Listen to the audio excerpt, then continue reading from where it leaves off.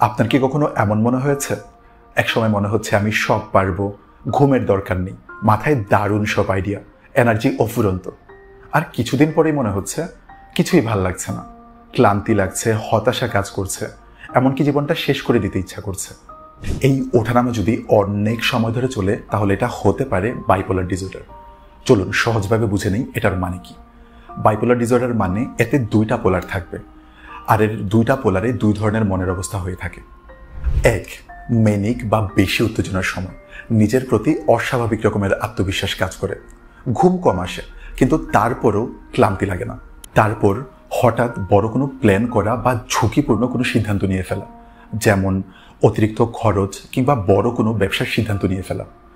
অতিরিক্ত কথা বলা বা মনে হয় যেন মাথায় একটার পর একটা চিন্তা আসছে। আর দুই, ডিপ্রেসড বা মন খারাপের সময় টানা কয়েকদিন ধরে মন খুবই খারাপ থাকে, কোনো কিছুতেই ভালো লাগে না। তারপর আগ্রহ কমে যায়, খাওয়া বা ঘুমের অসুবিধা হয়, সারাক্ষণ ক্লান্ত লাগতে থাকে, মনোযোগ দিতেও কষ্ট হয়, নিজেকে মূল্যহীন বা সব কিছুর জন্য দোষী মনে হয়, আবার অনেকের জীবনের প্রতি আগ্রহ চলে যায়। এই দুই অবস্থার মাঝে কিছুদিন স্বাভাবিকও থাকতে পারে, কিন্তু কিছুদিন পর আবার শুরু হয়ে যায়।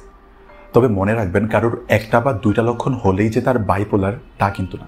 কারোর বাইপোলার ডিসঅর্ডার হয়েছে কিনা তা বুঝতে হলে একজন ডক্টর মানে সাইকিয়াট্রিস্টের সাথে কথা বলতে হবে। আর যদি আপনার নিজের বা আশেপাশের কারোর আচরণে এই বিষয়গুলো দেখেন তাহলে করণীয় কি? চিন্তার কিছুই নেই, বাইপোলার ডিসঅর্ডার সম্পূর্ণ নিয়ন্ত্রণে রাখা যায়। ওষুধ, থেরাপি এবং সহজ কিছু অভ্যাস বদলালেই অনেক ভালো থাকা যায়।